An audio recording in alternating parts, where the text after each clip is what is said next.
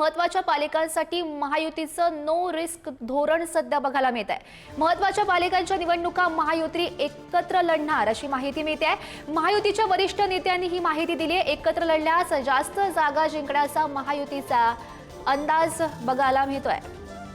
महत्त्वाची अपडेट सध्या आपण बघू शकतो आणि या संदर्भात अधिकची माहिती जाणून घेऊयात। आमचे प्रतिनिधी सुशांत सावंत सध्या आपल्या सोबत आहेत। सुशांत, आपण बघू शकतोय महत्त्वाच्या ज्या महापालिका निवडणुका आहेत त्या आता महायुती एकत्र लढणार असल्याचं बघायला मिळत आहे।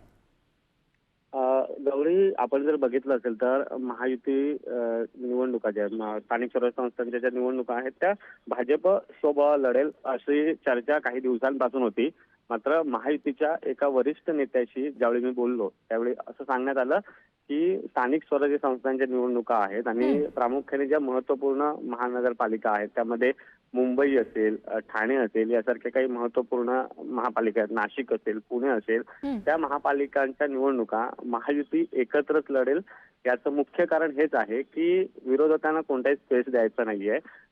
जसं राज्यात विरोधी पक्षात आमदारांची संख्या कमी आली निवडून आणि महायुतीचे आमदार सर्वाधिक आले, तोच प्रयत्न सर्व स्थानिक स्वराज्य संस्थांच्या निवडणुकांमध्ये असणार आहे। एकत्र लढल्यास त्याचा फायदा महायुतीला होतो आणि जास्तीत जास्त नगरसेवक महायुतीचे जिंकून येऊ शकतात असा अंदाज जो आहे तो महायुतीच्या नेत्यांना आहे। आणि याचमुळे स्वबळावर न लढता प्रमुख महानगरपालिकांच्या निवडणुका ज्या आहेत त्या महायुतीमध्ये लढायच्या। मग तो जागा वाटपाचा प्रश्न असेल तो तिन्ही प्रमुख नेते एकत्र बसून सोडवतील। जिथे अंडरस्टँडिंग करायची असेल त्या ठिकाणी खरं तर वेगळा निर्णय घेतला जातोय का याची देखील चाचपणी केली जाणार आहे। मात्र सध्या आपल्याला जी माहिती मिळते त्यानुसार स्थानिक स्वराज्य संस्थांच्या निवडणुका आणि त्यातच प्रामुख्याने महत्त्वाच्या महापालिकांच्या निवडणुका महायुती एकत्रच लढेल अशी आपल्याला एका वरिष्ठ नेत्याने माहिती दिलेली आहे। नक्कीच सुशांत धन्यवाद दिलेल्या सविस्तर माहितीसाठी।